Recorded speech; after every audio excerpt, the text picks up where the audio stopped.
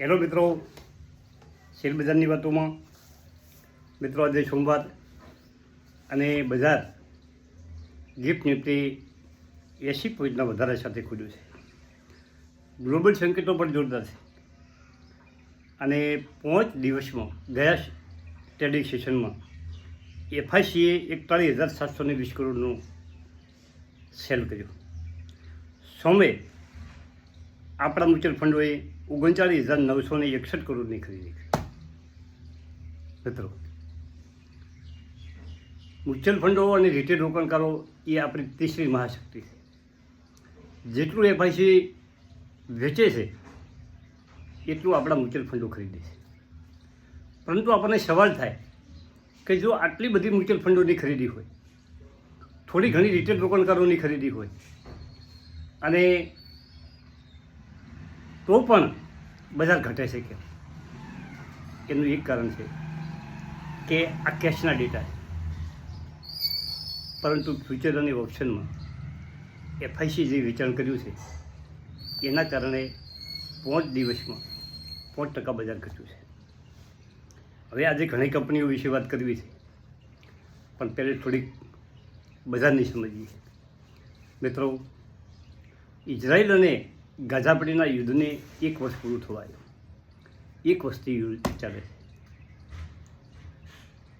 અને 1 વર્ષમાં આપણું બજાર કેટલું વધ્યું. યુદ્ધ આપણા બધા વિશ્વમાં ગમે એ ખૂણે યુદ્ધ ચાલતું રહેવાનું, આ બધું બજારમાં થતું રહેવાનું. આજે રશિયા અને યુક્રેન હોય, ઈરાન અને ઇઝરાયલ હોય, ગમે તે હોય, કાલે નવા બીજા જ 2 દેશો ચાલશે. પરંતુ બજાર થોડુંક રિએક્શન ઘટાડો દેખાડે પણ બધા જ બજારનું કામ કરતું રહેવાનું છે. આપણે શું કરવાનું છે? આપણે આપણો પોર્ટફોલિયો સાચવીને બેસવાનું છે. જો મિત્રો આપણા પોર્ટફોલિયોમાં શેરો હશે તો આપણને બેનિફિટ મળશે તેજીમાં. પરંતુ આપણે વેચીને બેસી જઈશું તો પછી મતલબ જ કોઈ નથી. ગભરાટ વગર ટકી રહે માણસ એ પૈસા કમાય છે. મારો હું તમને અનુભવ કહું, 2008ની વિશ્વ મંદીમાં મારો પોર્ટફોલિયો 3 લાખનો હતો. એ ઘટીને 1.5 લાખનો થઈ ગયો હતો. મેં શું કર્યું? એક સિંગલ શેર વેચ્યા વગર એ પોર્ટફોલિયો જેસે છે, મેં મારા ઘણા વિડીયોમાં કીધું છે, આજે હું પહેલું નથી બોલતો, જેસે છે પડ્યા રાખે.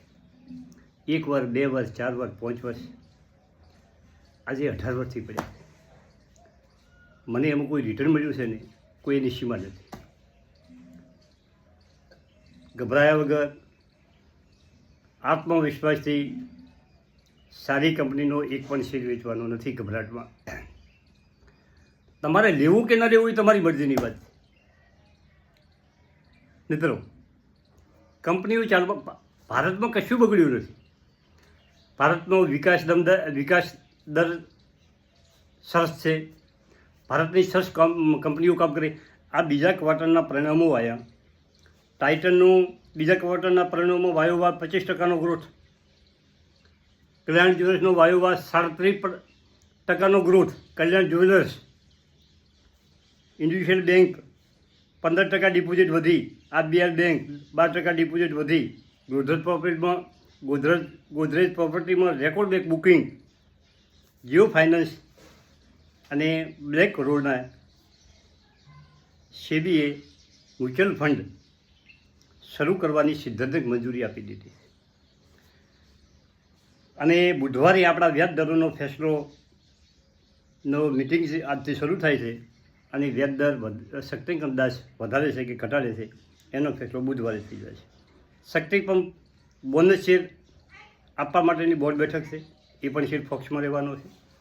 અને બીજું, આ 2 શેર ઉપર તમે ટૂંકા ગાળા માટે ફોક્સ કરી શકો છો અને લાંબા ગાળા માટે પણ ફોક્સ કરી શકો છો. બીઓબી બેંક ઓફ બરોડા 250 રૂપિયા ઉપર ચાલે છે અને 270નો ટાર્ગેટ છે. 243 સ્ટોપ લોસ રાખવાનો છે. ઝોમેટો 275 રૂપિયા ચાલે છે, 290નો ટાર્ગેટ રાખવાનો અને 264નો સ્ટોપ લોસ રાખી અને આ 2 શેરમાં તમે તમારું પોઝિશન બનાવી શકો છો. આરટીઓ કંપની બધી ફોક્સમાં છે. આરટીઓ કંપનીમાં કોઈ પણ ઘટાડો લોબો થયો નથી. આ બધી બજારની વાતો સમજવી પડશે, તો જ તમે પૈસા શેર બજારમાંથી કમાઈ શકશો. મિત્રો, હું સાચું કહું, મને મારા પોર્ટફોલિયોની કોઈ ચિંતા નથી, પણ જે મારા કહેવાથી જે દર્શકો લઈને બેઠા છે ને, એ લોકો આ ભાવમાં શેર વેચી ના દે, આ ઘટાડામાં શેર વેચી ના દે, પોર્ટફોલિયો રમણ ભમણ ના કરી દે, એમની ચિંતા છે. તમારા પોર્ટફોલિયોમાં કોઈક હશે તો તમને બેનિફિટ મળશે. તમે વેચી જ બેસી જશો. આને વેચવાનો સમય બજારની તેજીમાં હોય છે. વેચવાનો સમય આ નથી, આ ખરીદવાનો છે મિત્રો. અને તમે ખરીદી ના શકો. તમારું એમ તમારી ઈચ્છા એમ ના થાય કે ભાઈ આ તો બહુ નેગેટિવ થવાનું છે, બજાર ઓમ થવાનું છે. આવી અફવાઓ જોવો મિત્રો, તેજીમાં તેજી તરફી હવાઓ હોય કે ભાઈ સેન્સેક્સ તો ભાઈ નિફ્ટી તો 30,000 પહોંચી જશે. આવી સતત હવાઓ આવતી હોય, અને જ્યારે બજાર ઘટવા મળે ત્યારે બધી નેગેટિવ વાતો ચાલતી હોય. આ બધું જોયું છે. કશું નથી રહેવાનું એવું કહેવાવાળા છે. શેર બજાર પાણીમાં જતું રહેવાનું છે. 18,000 જતું રહે, 20,000 જતું રહેવાનું છે. અરે ભાઈ 20,000 જશે ને તો અમારા પાસે ખરીદવાની શક્તિ છે. અમે 20,000માં ખરીદશું. અમને ભારતના ઇકોનોમી ઉપર વિશ્વાસ છે, સારી કંપનીઓ ઉપર વિશ્વાસ છે. ભલે શેર બજાર ઉપર વિશ્વાસ હોય કે ના હોય, અમને કલ્યાણ જ્વેલ્સ જેવી કંપનીઓ, બરોડા બેંક જેવી કંપનીઓ, ઝોમેટો જેવી કંપનીઓ, પીએન ગાડગીર જેવી કંપનીઓ, આ બધી કંપનીઓ ઉપર વિશ્વાસ છે. જ્યોતિ રીઝન જેવી કંપનીઓએ અમને ગજબ રિટર્ન આપ્યું છે. શેર બજારમાં જે માણસ શાંતિ પકડે, આવા કપરા સમયમાં શાંતિ એ જ મોટો મંત્ર છે. મોટોમાં મોટો મંત્ર હોય તો શાંતિ છે. અને આપણા મ્યુચ્યુઅલ ફંડોમાં એસઆઈપી એટલા રૂપિયા આવે છે, અને એફઆઈસી વેચી વેચીને કેટલું વેચે, એ લોકો નફો કરવાવાળા લોકો છે. બજાર ઘટશે એટલે ઓટોમેટિક ખરીદવા આવશે. તમે કોઈ પણ કંપનીનો શેર છે 250માં વેચી દીધો, પણ એ તમારે 240 કે 42માં મળતો હોય તો તમારી લડત તો જાગવાની જ છે કે ભાઈ લઈ આપણે 8 રૂપિયા નીચે મળે છે, આપણે વેચ્યો એનાથી. એફઆઈસી ખરીદી કરશે. ભલે આજ ના કરે, પછી 2-4 દિવસ પછી કરશે. બજાર થોડુંક નીચું જશે પછી કરશે. બજારની ચિંતા છોડો, તમારા પોર્ટફોલિયોની શાંતિથી જે પોઝિશનમાં છે એ પોઝિશનમાં રાખો, મોજ કરો મિત્રો. અને ગભરાયા વગર બજારમાં સારી કંપની લેવાની, જો તમને એમાં તમારી ઈચ્છા હોય તો સારી કંપનીમાં શેરો લેવાના. મિત્રો, ક્રૂડ ઓઇલમાં તત્કાલીન થોડો ઘટાડો આવ્યો છે, પરંતુ એ ઘટાડો કેટલો ટકાઉ છે એ આજ બજારમાં ખબર પડે. બજારમાં જુઓ મિત્રો, આ 80 પોઈન્ટનો અત્યારે ગિફ્ટ નિફ્ટીમાં જે વધારો છે એ સામાન્ય વધારો છે. શુક્રવારે પણ તમે જોયું, બજાર ગ્રીન ઝોનમાં ચાલતું હતું અને ઉપરથી ધડાક નીચું આવી ગયું. બજારમાં ગમે ત્યારે વેચવાલી આવી જાય, પણ એની ચિંતા આપણે કરવાની નથી. આપણે શું કરી શકીએ? વધારેમાં વધારે આપણે કોઈ નવી પોઝિશન ઊભી ના કરે.